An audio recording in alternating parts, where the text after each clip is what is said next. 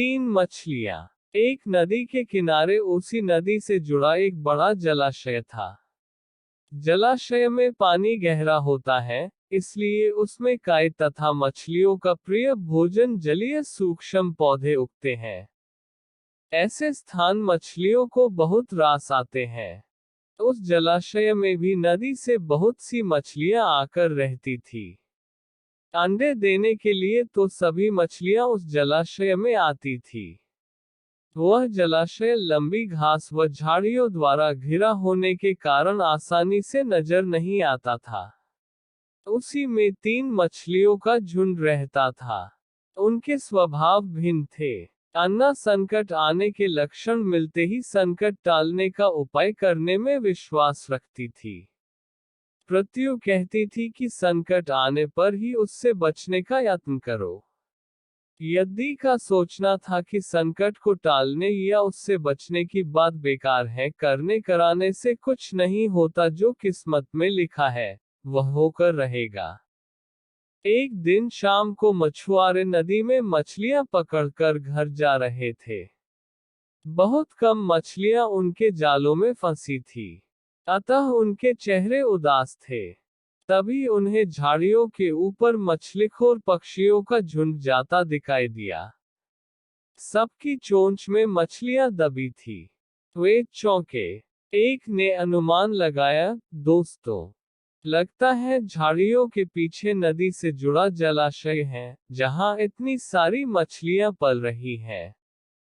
मछुआरे पुलकित होकर झाड़ियों में से होकर जलाशय के तट पर आ निकले और ललचाई नजर से मछलियों को देखने लगे। एक मछुआरा बोला, आहा, इस जलाशय में तो मछलियां भरी पड़ी हैं। आज तक हमें इसका पता ही नहीं लगा। यहाँ हमें ढेर सारी मछलियां मिलेंगी। दूसरा बोला।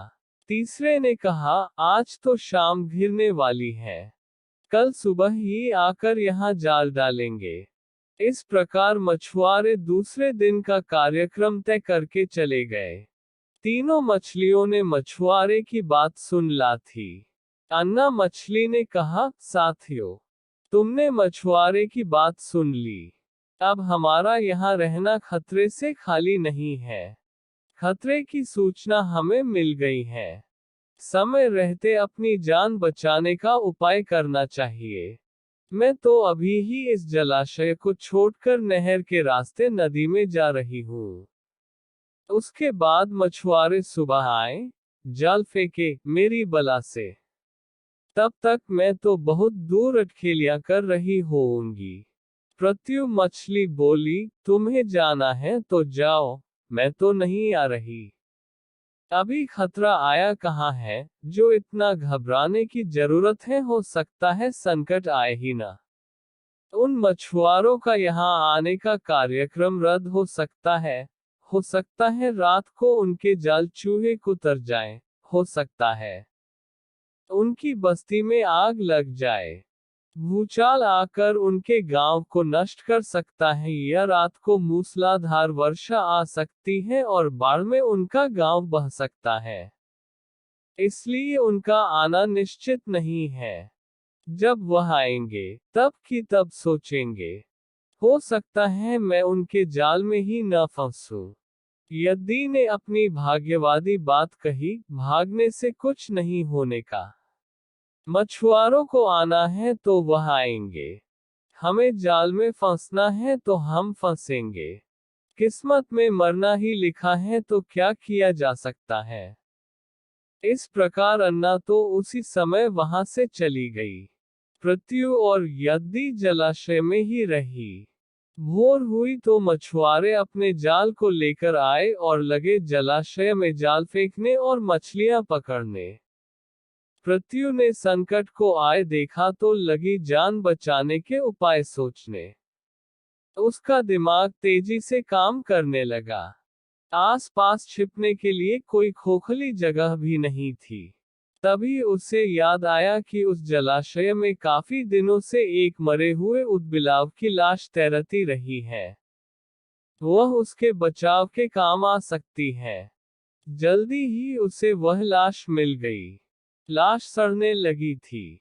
प्रत्यु लाश के पेट में घुस गई और सड़ती लाश की सदांध अपने ऊपर लपेटकर बाहर निकली। कुछ ही देर में मछुआरे के जाल में प्रत्यु फंस गई। मछुआरे ने अपना जाल खींचा और मछलियों को किनारे पर जाल से उलट दिया। बाकी मछलियां तो तड़पने लगी, परंतु प्रत्यु दम साध कर मरी हुई मछली की तरह पड़ी रही। मछुआरे को सदांध का भापका लगा तो मछलियों को देखने लगा। उसने निश्चल पड़ी प्रत्यु को उठाया और सूंघा, आख, ये तो कई दिनों की मरी मछली है, सड़ चुकी है। ऐसे बड़बड़ाकर बुरा सा मुंह बनाकर उस मछुआरे ने प्रत्यु को जलाशय में फेंक दिया। प्रत्यु अपनी बुद्धि का प्रयोग कर संकट से बच निकलने में सफल हो गई थी। पानी में गिरते ही उसने गोता लगाया और सुरक्षित गहराई में पहुंचकर जान की खैर मनाई। यदि भी दूसरे मछुआरे के जाल में फंस गई थी और एक टोकरे में डाल दी गई थी। भाग्य के भरोसे बैठी रहने वाली यद्दी ने उसी टोकरी में अन्य मछलियों की तरह तड़प तड़प कर प्राण त्याग दिए। सीखा, भाग्य के भरोसे हाथ पर हाथ धरकर बैठे रहने वाले का विनाश निश्चित है।